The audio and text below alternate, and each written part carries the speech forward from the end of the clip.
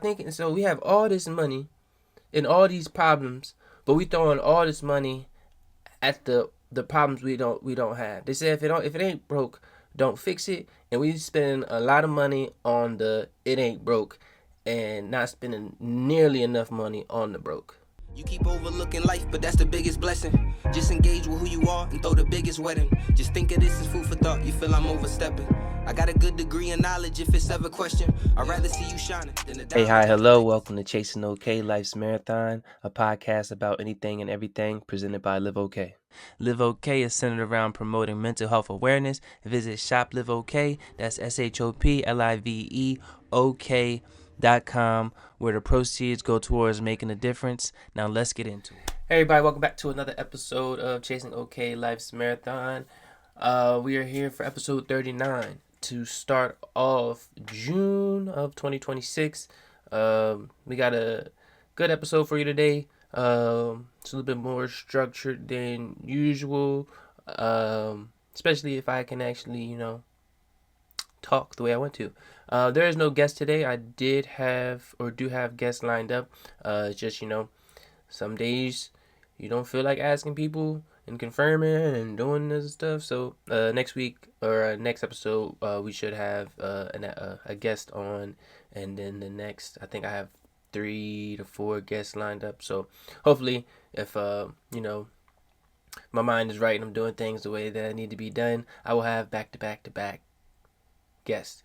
But let's get into it. This is episode 39. Like I said, we are one episode away from 40. We are still at 80 subs. So let's make sure we hit everything down below. Like, share, subscribe. Share, emphasis on share. Let your friends know that they are missing out on the best pod in the country and the world and the galaxy. So once we get to that 100, I still have 150 for, one of you lucky subs. Would have thought that I had 100 by now, but I blame myself, marketing and everything, and gotta put myself out there and post clips and all that stuff that I've talked about previously, and I won't go into detail about how exhausting it is. But we will get into the episode and putting the pod more out there, hopefully. But yeah, moving on. I said there is no guest today, but we do have a good line up of guests and topics that I want to talk about today. Life update. I am actually doing pretty well today. I started going on walks. Been neglecting my pup, not taking him out as much as I need to. He does, have a backyard to run around and do his activities, but he needs exercise and I need my exercise, and I realize that walks have been making me feel better, make me get out the house. I get out the house for the most part, but getting out in the morning, starting the day off pretty good with a nice walk. It's warming up, so it's a hot walk, but it's good to walk around the block, clear your mind, and touch earth, be part of nature, be part of the world. Other than that, like I said, we have a pretty insightful episode coming up, and let's start off June with a bang. It is June 2nd as of recording, and we will go into our sports topic. Should I do it? I haven't done it in a while, so I did it for y'all. Sports topic. We have not Jason, because he's not a player. We have Myles Garrett going to LA, the Rams. So he is now a Ram. Browns traded Myles Garrett for Jared Verse. Jared Verse is just as good as a defensive end. Not better, because Myles Garrett is probably the top defensive end in the league right now. But hey, he wanted out of Cleveland. He got his money, and now he's a Ram. And if history repeats itself in sports, Rams will probably be in the Super Bowl. If everybody's healthy and things happen the way they need it to happen. But I think it was a pretty fair trade on both sides. Jared Verse and a few picks, so Browns look to set up for the future, and Rams look to win now. But we shall see what happens.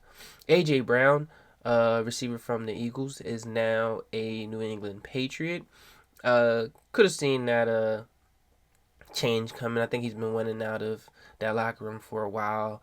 Some athletes are divas. Some athletes want the ball all the time, which I thought he was, getting a fair share of the ball. But hey, I'd rather him in New England than playing against him 2 times a year. So best of luck to AJ Brown. Hopefully, he gets everything that he wants with Drake May, who is also a very good quarterback. OBJ is back in the league. I don't think he was actually out of the league, but he's back in New York. He is a Giant. Hopefully, that will be his last destination.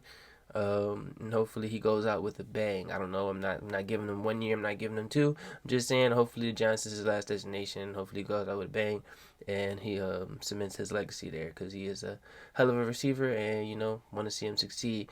But since AJ Brown left the Patriots, since AJ Brown left the Eagles, and the Cowboys no longer have to play him twice a year, now we have to play OBJ twice a year. And OBJ already has some highlights, one in particular, on us. But I digress.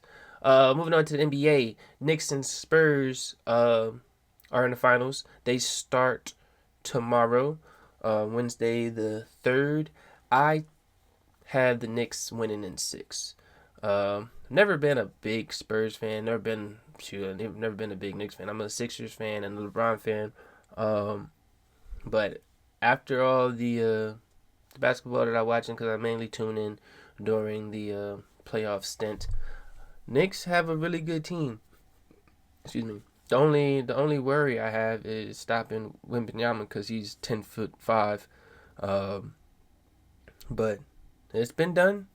And I think the Knicks will do it, and Jalen Brunson will get his deserved finals win and finals MVP. So you heard it here first. Knicks in 6. Don't put your money on it though. If I was you, I'd put your money on the Spurs in 6 because I get things right. I say it, I get things wrong. I say it and then I put emphasis on it, and then next thing you know, it's the opposite. So hey, put your money on the Spurs, but I got Knicks in 6, and I'm sticking with it. Not really a big NHL fan, but just so y'all know, Vegas versus Carolina, and they start tonight for the beginning of the Stanley Cup Championship.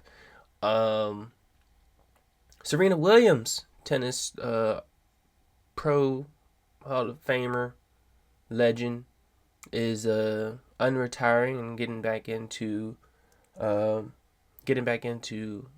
playing, and I believe they said she's playing and whatever big event's coming up next. I don't follow too much of it. I just stay in tune with the black superstars. But yeah, that's pretty much all I got for y'all for sports.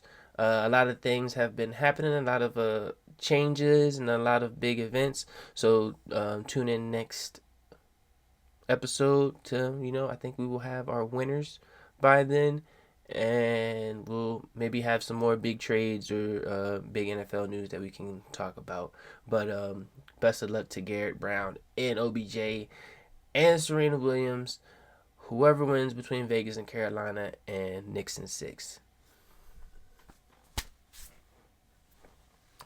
Alrighty. Let's start with our current event. Our current event is an event that's been happening for the past year and a half, and probably a lot longer. I went to school, my undergrad, I went to school for sociology. In sociology, we learned there are 3 major sociological theories. You have your conflict theory, you have your functionalist theory, and you have your I forgot the third one, but we're mainly focusing on the conflict theory. And conflict theory is a big theory under Karl Marx, and his view on society. And I believe his view on society, especially in the times that we're living in, is 100% accurate. All right, so I won't paraphrase too much, but the definition of Marxism, which is Marx's theory of conflict theory, so a social political a social, political, and economic philosophy named after Karl Marx. It examines the effect of capitalism on labor, productivity, and economic development, and argues for a worker revolution to overturn capitalism in favor of communism. Now, I'm not saying that we should be a communist society. Uh, America is a capitalist society, and I'm not trying to change anything of that nature or any way, shape, or form where people will be like, you blah blah blah blah. No, I'm not talking that. I'm talking about what I'm seeing, how life is going at the moment, and everything that has history repeats itself, like I said before. So the main components of conflict theory and Marx's view on it is that you have two classes. You have the class that 99.9% of the world is in, which is the proletariat, the working class. The we're not all poor, but the not filthy wealthy class, and then you have the bourgeoisie, which is all the CEOs, uh, billionaires, pretty much everybody with money and power in some way, shape, or form. So we have no, not two political. We have those two social classes, right? And the world that we're living in, we are being shown more and more that the lower class, the proletariats, are losing their voice, uh, losing their power, and everything. Everybody with money, everybody in positions of power, just shits on a little guy. Um, and the reason why I bring up this theory is because his theory pretty much says that once you know the proletariats reach a social consciousness. My fault. I think is it social consciousness. My fault. Yeah. Once they reach a class consciousness where everybody in the proletariat class realizes that, hey, government ain't doing a thing for me. We need to, make government work for us. It's time to revolt. It's time to riot, protest, make change. And that's how changes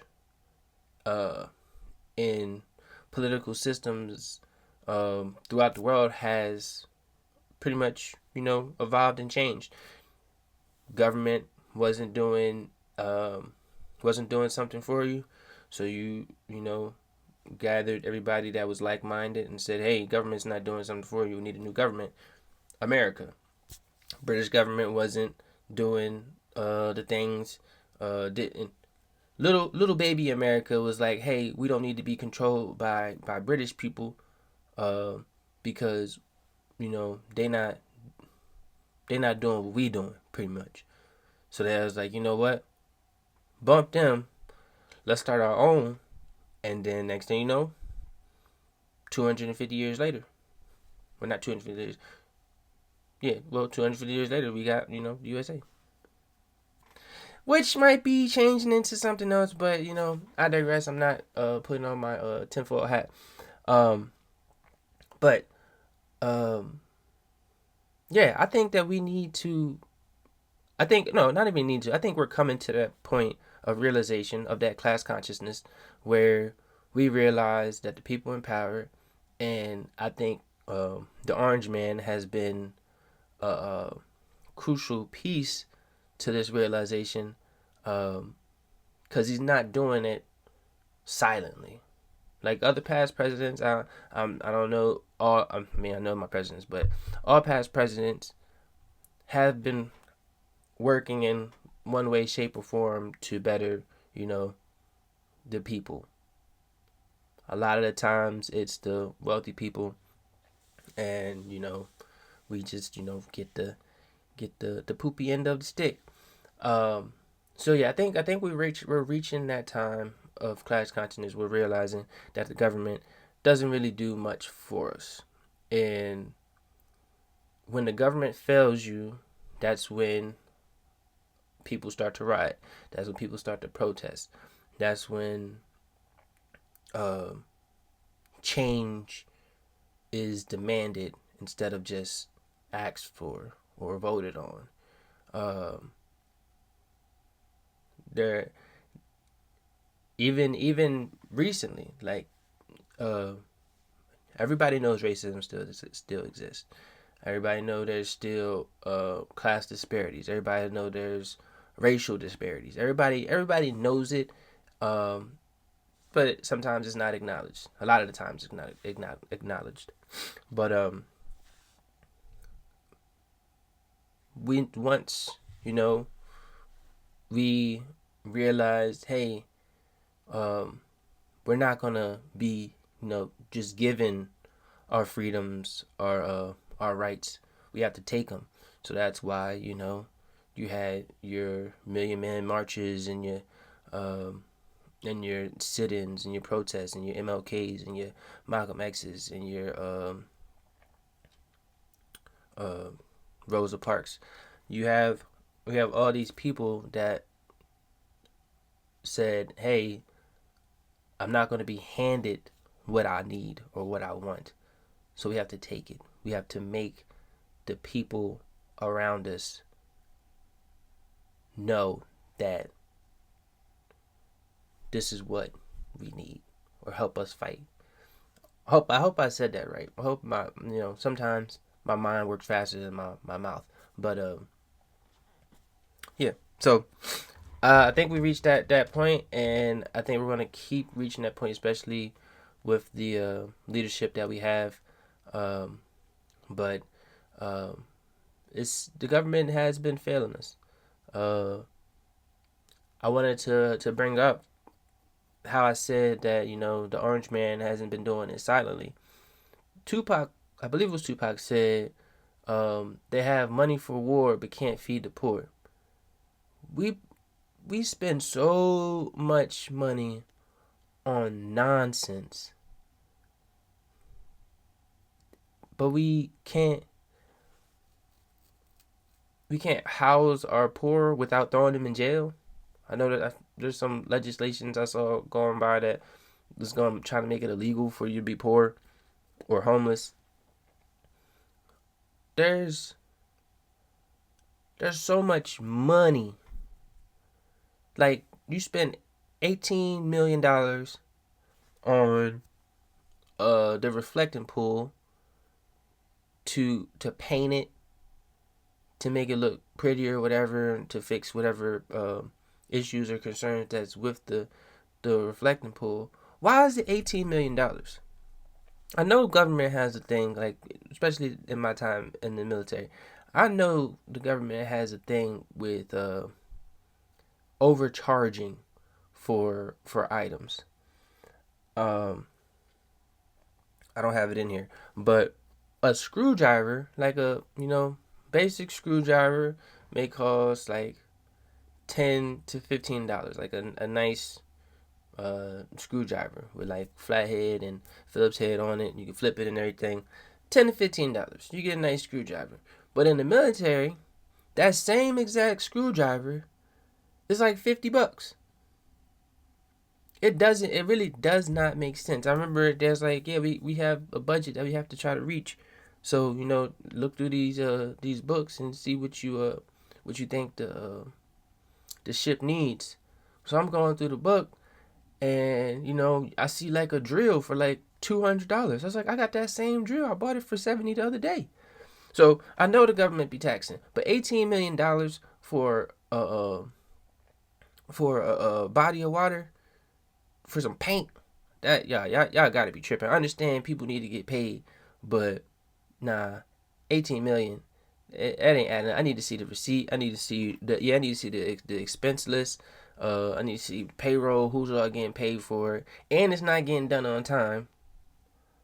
Or I don't think they're supposed to get done on time. Maybe they will. I don't know for sure. But you spend $18 million on $18 million in that. That $18 million can go towards so much more stuff. This dude building a ballroom, I think that's in the billions now.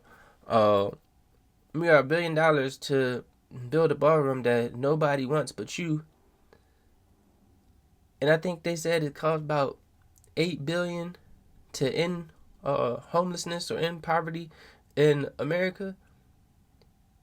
But now you just gonna spend it on a pool, not a pool, a body of water and a ballroom, and you want to build the ark like you throwing all this money in the 1.8 billion dollars that you want to the slush fund that everybody talking about that you want to give to the rioters and everybody that done broke the law. That shit don't make sense.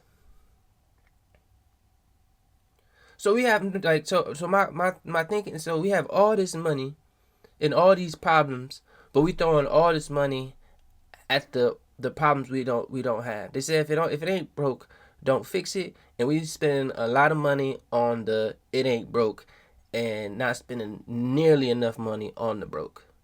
So that's my 2 cents on that nonsense. Then another current event where the government is failing, where people start to riot. There's an Asian dude. I have nothing against Asian people at all. I have nothing against nobody, honestly. So there's an Asian dude who suspected, I think he was a 14-year-old boy, black boy, of stealing a bottle of water. Okay. If he stole the bottle of water, he should be punished for stealing that bottle of water. It's only a bottle of water, so what's the craziest punishment that you can give? Honestly, I don't know, but it shouldn't be death. And they said that he was, so first off, he was being profiled. You can see it in the video that the woman was profiling him, making sure he wasn't stealing or whatever. And then, kid gets uncomfortable. Realize, I don't know, I'm not too well versed in the story to tell you what he said or the facts that led. But from the video, you see that he may or may not have stolen a bottle of water. And you can see that he left. Upon leaving, the owners did not call the cops, to my knowledge. Did not say, hey, this kid just stole a bottle of water. They took it upon themselves to run after this kid, armed. 2 people, 2 grown men. They wanted to run and chase a 14-year-old boy because he stole a bottle of water. And they wound up killing him because they said that he had a gun. Did he have a gun? I don't know. Everything that I read didn't say that he had a gun. Everything that I saw didn't say he had a gun. But if he had a gun, maybe he had a gun. But you still chose to run after this person. You didn't call the cops and say, hey, we have a video. Come arrest this guy for stealing. Nah, you said, we gotta run chase him. You are armed. And then it results in this kid getting shot and dying. Over a bottle of water that costs less than $2.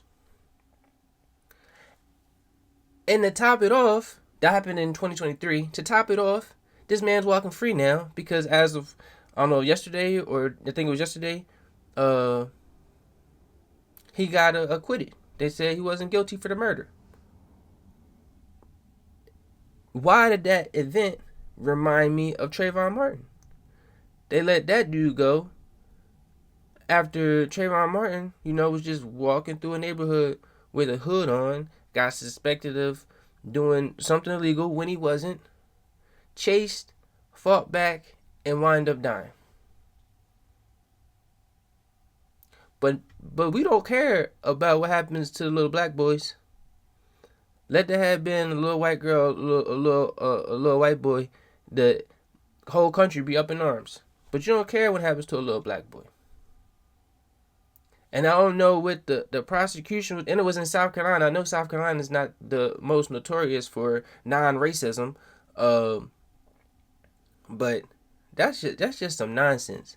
I don't understand why it's so hard for, I know there's a whole legal system. I understand there's bad lawyers and good lawyers, but that was up to a jury. The jury didn't realize that, hey, this man done left his building, chased him a whole football field and a half, and then killed him because of a suspected gun that may have been aimed at you, because he stole a bottle of water. The whole chase shouldn't have happened in the first place. If anything, you run out the store and say, hey, you stole something from me, you call the cops. But you don't chase armed. All right, I'm getting a little riled up.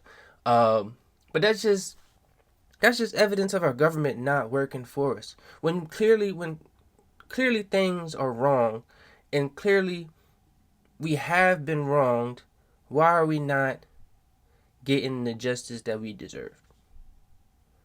They say no taxation without representation. We are not being represented well enough financially, educationally, even emotionally, to have to be paying taxes to the people that don't care about us.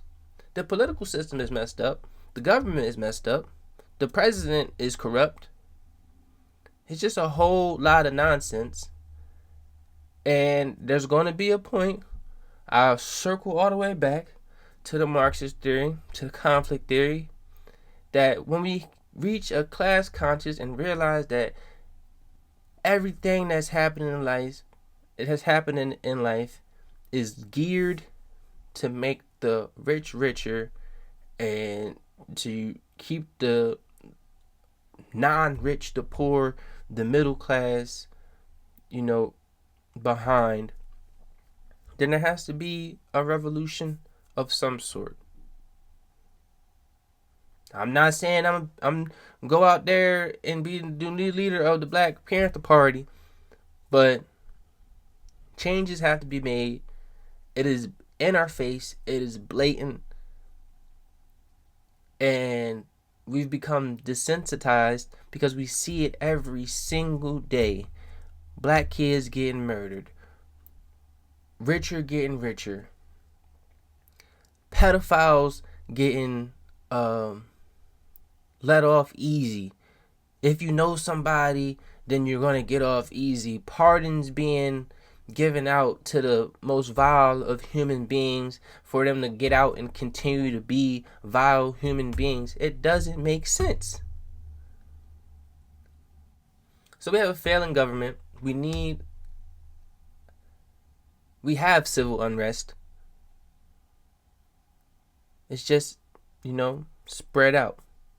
But once we reach that class conscious, a new form of government will exist. And I believe it will be in my lifetime. I hope it's in my lifetime, because I want to be able to see a better world that these 250 years has not produced. We live good for the most part compared to others, or at least what we see. But it's not the best. Healthcare is a scam. Auto insurance is a scam. Why isn't healthcare free? We have all this money to throw at pools and ballrooms, but we can't provide healthcare for cancer treatments. And if the health insurance, if your health insurance isn't lined up, maybe you can't even afford your cancer treatment. That is ridiculous. And there's always people like, well, if you hate America so much, why do you leave? Shoot, maybe I will one day. Hopefully. Maybe I'll find a better country that treats its citizens better.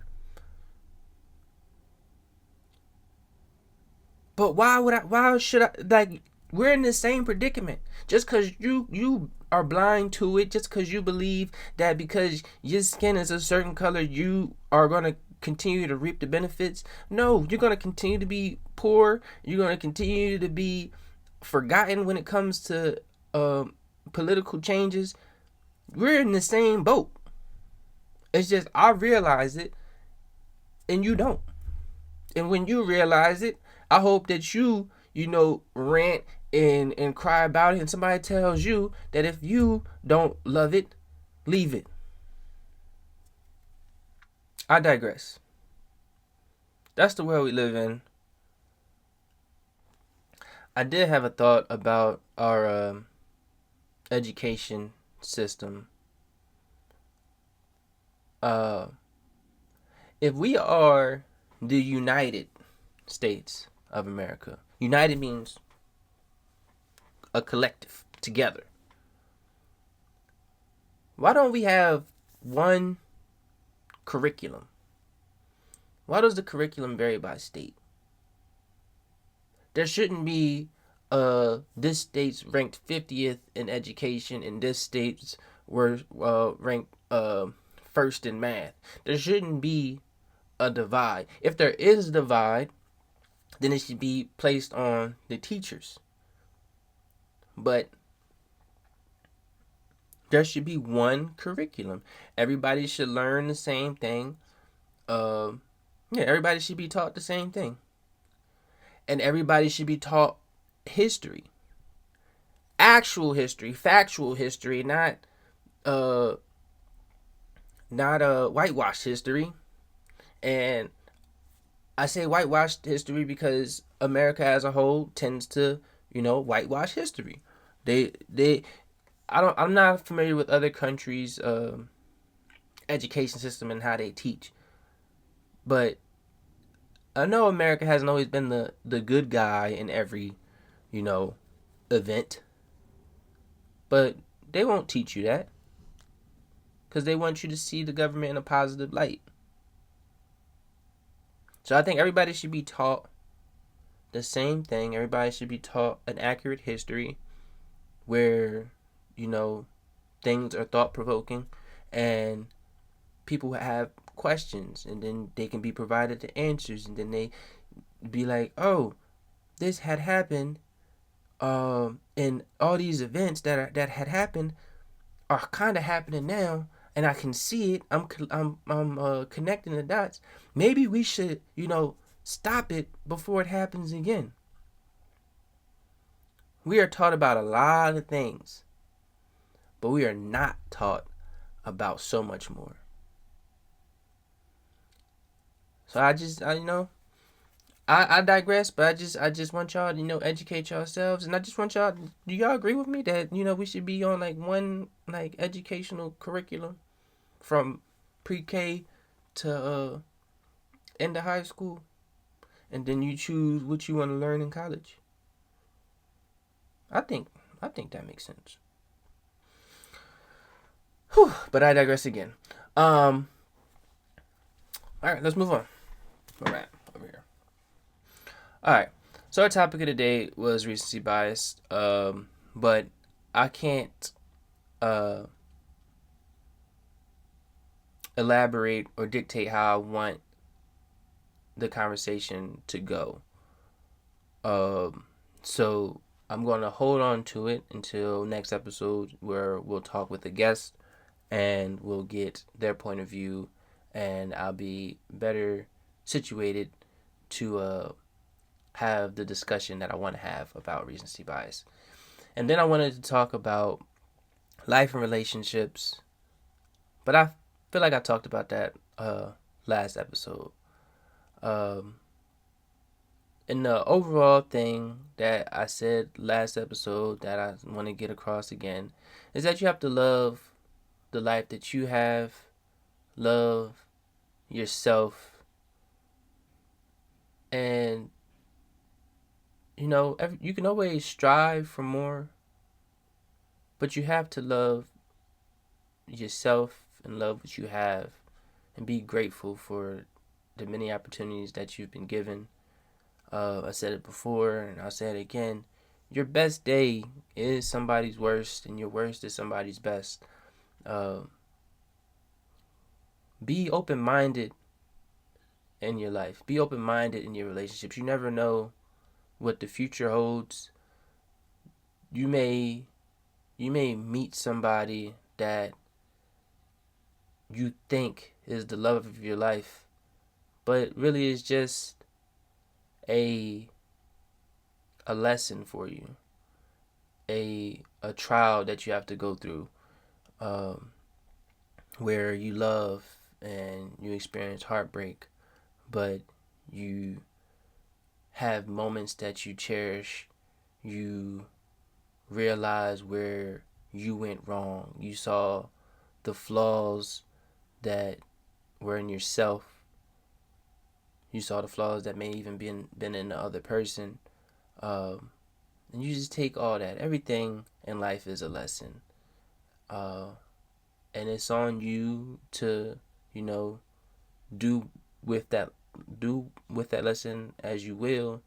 Hopefully, you don't have to keep repeating the same lesson, and you learn from it, and you progress, and you experience happiness, and you learn to love yourself, and you learn to love what you have. We have to change our habits. The habits either keep you down or build you up.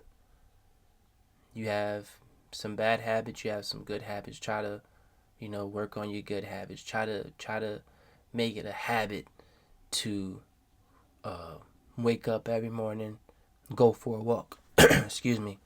Wake up every morning, go for a walk. Wake up every morning and, make your bed. Wake up every morning, maybe journal a little bit. Write something down. Write a goal down. Practice some good habits.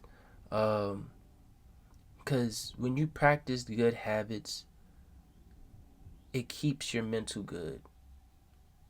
It brings in good energy. And I don't mean to sound all voodoo-y, psycho, whatever. But if you practice good habits, good things will come to you. Even if it's not like overly just in your face. Maybe you'll realize it down the road. It's like, I did all this good stuff, and that's what happened. So I think we should need to practice good habits, or just change your bad habits. You can even be habitual in the way that you love your significant other. Wake up every day, give them a kiss, tell them you love them. Make that a habit. Cook them breakfast. Make it a habit. Practice good habits. Do good deeds.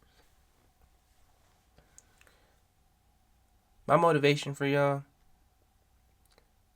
go outside. Touch grass. Go for a walk.